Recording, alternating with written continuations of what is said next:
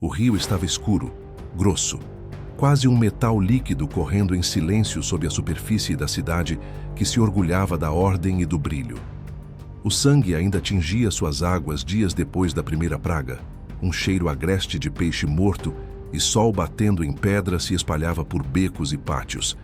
E o Egito, tão limpo, tão simétrico, tão cheio de deuses, começava a aprender que há um nome que não cabe em salão nenhum, por maior que seja o trono. Moisés caminhava como quem carrega duas coisas ao mesmo tempo. Um cajado que já vira sinais que os olhos não esquecem e uma certeza que não se apoia no que se vê. O homem que um dia tremia diante de um arbusto que ardia sem se consumir, agora tremia por outro motivo: obedecer quando a obediência parece piorar tudo. Arão o acompanhava como promessa cumprida. As ruas do Egito já não lhes eram desconhecidas, mas nada nelas era familiar, porque quando Deus decide visitar um império, até a sombra das colunas muda de lugar. Assim diz o Senhor: deixa o meu povo ir. Era a frase que se repetia, simples no som e impossível no conteúdo. Uma sentença que subia pela escada do palácio e batia, sem pedir licença, na madeira entalhada do trono. Faraó ouviu, e a primeira resposta foi sarcasmo que vestia ouro. Quem é o Senhor para que eu ouça a sua voz? Não era uma pergunta, era um programa de governo. Não era dúvida, era doutrina. No Egito, o alto falava, o baixo obedecia, e o rei era metade homem, metade símbolo. Moisés falou de novo. Arão repetiu. Os guardas apoiaram lanças no chão, os conselheiros sorriram com comissuras, e a ordem desceu como ferrão, sem palha, com a mesma cota, com o mesmo chicote, com a mesma pressa. Tijolos, tijolos, tijolos, porque quando um coração rejeita Deus, ele se agarra ao controle como a uma tábua no meio do naufrágio. O povo sentiu na pele e nas costas, e o lamento que sobe da fábrica tem um tom que os palácios não conhecem. Culparam Moisés, como quem diz: não mexe no esquema, o preço do milagre está alto. E Moisés, ferido por fora e por dentro, levou a ferida para cima. Senhor, por que me enviaste? A resposta veio como juramento antigo aceso de novo. Agora verás o que farei. Com mão forte, ele os deixará ir. Com mão forte, os expulsará. O rio, primeiro palco do mito egípcio, virou tribunal. À beira do Nilo, onde o império penteava sua vaidade toda manhã, Moisés estendeu a mão com o cajado e Arão falou o que devia ser dito. E a água, obediente ao Criador e insubordinada ao trono, se tornou sangue. O vermelho correu por canais, invadiu talhas, subiu por escadarias, e os peixes boiaram como uma parábola em movimento, e o cheiro de morte entrou nos quartos forrados de linho. Os magos imitaram truques, multiplicaram símbolos, posaram de iguais, e Faraó sorriu a meio rosto, o suficiente para se convencer de que nada estava acontecendo, exceto que tudo estava acontecendo. Vieram as rãs, não como ídolos entronizados, mas como enxame de incômodo, pulando sobre pães e altares, ocupando camas, interrompendo rituais, lembrando que o sagrado emprestado vira desordem quando o santo verdadeiro bate à porta. Faraó cedeu por um instante, pediu oração como quem pede favor a quem despreza. E quando o alívio chegou, endureceu de novo, porque a alma que só aprende pela dor costuma desaprender no conforto. Depois o pó tão inocente, tão neutro, se levantou em forma de piolho sobre homens e animais.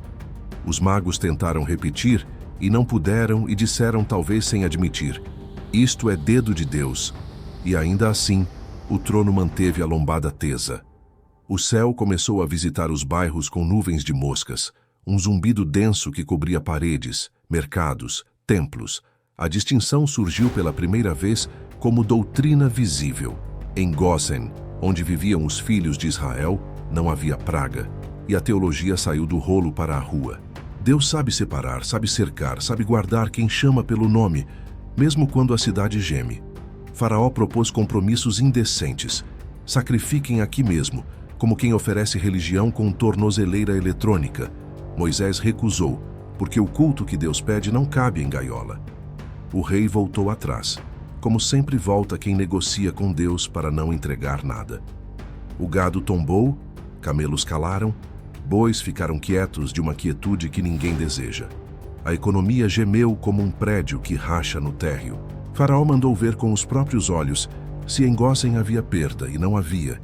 E mesmo assim sua alma, essa fábrica de desculpas, fechou a janela de novo. Feridas abriram-se em pele e orgulho. Os átrios dos templos viraram enfermarias. Os próprios magos, conselheiros de aura limpa, não conseguiam ficar de pé diante de Moisés. Deus não humilha por prazer, mas expõe a mentira com precisão cirúrgica. Ainda assim, o rei, sentado sobre historinhas de sua própria divindade, escolheu não se curvar. Quando o granizo caiu, não foi chuva pesada. Foi céu partindo em pedra e fogo, um trovão que repetia "Eu sou", árvores quebrando como se tivessem lembrado que são galhos, campos fazendo barulho de vidro. Só em Gósen o som era outro. Faraó, pela primeira vez, falou a palavra que o trono não gosta: pequei. E Moisés orou, e o céu aquietou. E a alma do rei, como lagoa depois de chuva, voltou ao espelho. De novo duro, de novo surdo, como se cada trégua fosse treino para o próximo não. Vieram gafanhotos, um verde que devora verde, fila compacta de mandíbulas apagando o restinho de colheita, varrendo esperança que o granizo deixara pendurada nas bordas. Vieram trevas, não escuridão de lâmpada apagada, mas de substância. Noite que pesa em cima do peito, 3 dias onde até o relógio perdeu o gosto de girar. Em Gósen, outra vez, havia claridade. O Egito todo parecia um coração apagado, e mesmo assim, o homem sentado no centro optou por permanecer pedra. Deus então ergueu a sentença que não tem eco possível na boca de homem. Mais uma praga trarei. Depois, ele vos deixará ir, e não apenas deixará, expulsará. O juízo veio com instruções precisas, como quem ensina um rito que é memória e escudo. Cada casa, um cordeiro sem defeito. Cada porta, um umbral marcado. Cada mesa, ervas amargas que lembram cativeiro. Cada corpo, sandália no pé, manto na cintura, cajado na mão, prontos para marchar. O anjo passará à meia-noite, e onde houver sangue haverá passagem, e onde não houver haverá pranto. Não era magia, era aliança. Não era superstição, era evangelho escrito com faca e tinta vermelha antes de haver cruz na colina. A noite chegou com um silêncio diferente, silêncio de corredor que antecede o veredicto. Em Israel, acendeu-se a cozinha, assou-se a carne. Ensinou-se às crianças o que cada gesto significa. Cantou-se baixo, esperou-se com o coração na mão. No Egito, as portas trancadas não sabiam o que não se impede com ferro. À meia-noite, o invisível avançou por ruas, subiu escadas, entrou sem bater, passou. O primogênito do trono e o primogênito da estrebaria tiveram o mesmo fim, porque Deus não lê sobrenome quando visita juízo, e o clamor que se ergueu naquela madrugada não cabe em relato.